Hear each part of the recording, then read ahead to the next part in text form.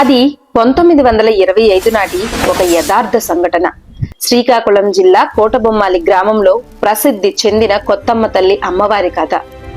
అప్పట్లో కోటబొమ్మాలికి చెందిన చిన్నప్పలనాయుడు అనే రైతు ఎడ్ల బండిపై సంతకు వెళ్తూ ఉండేవాడు. ఒకరోజు వేకువజామున సంత నుంచి తిరిగి వస్తున్నప్పుడు మార్గ మధ్యలో ఓ ముసలావిడ కనిపించి, నాయనా, నన్ను నీ బండిపై ఎక్కించుకొని కోటబొమ్మాలి దారిలో దింపేస్తావా అని అడిగింది. అందుకు అప్పలనాయుడు ఒప్పుకొని బండి ఎక్కించుకున్నాడు. బండి ఆ ఊరి పొలిమేరలోని ఒక తోట దగ్గరకు రాగానే ఆ ముసలావిడ అక్కడ బండి దిగిపోయి తోటలోకి వెళ్లి అదృశ్యమైపోయింది. అది చూసి ఆశ్చర్యపోయిన అప్పలనాయుడికి ఆ రాత్రి కలలో అమ్మవారి దర్శనమిచ్చి, నేనే కొత్తమ్మ తల్లి, నేను తోటలోనే వెలసి ఉంటాను, నేను మాయమైన చోటనే ఉన్నాను.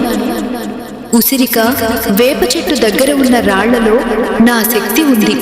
ప్రతి భాద్రపద మాసంలో పోలాల అమావాస్య తరువాతి మంగళ బుధవారాల్లో నన్ను పూజించు. గురువారం నాడు జంగిడిని నీ భార్య తలపై పెట్టి పసుపు కలశాలు, ఘటాలు, వాయిద్యాలతో నన్ను నా స్థలానికి తీసుకువచ్చి బలిప్రాకరణం చేయించు. అలా చేస్తే భక్తుల కోరికలు తీర్చుతాను, మీ ఊరి దేవతగా కొలువుంటాను.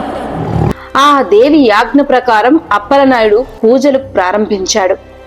అప్పటి నుంచి ప్రతి ఏడాది జాతర ఘనంగా జరుగుతోంది. భక్తులు తమ మొక్కులు తీర్చుకోవడానికి పంటలు, పాలు, బంగారం, వెండి, డబ్బు వంటి కానుకలు సమర్పిస్తూ వస్తున్నారు.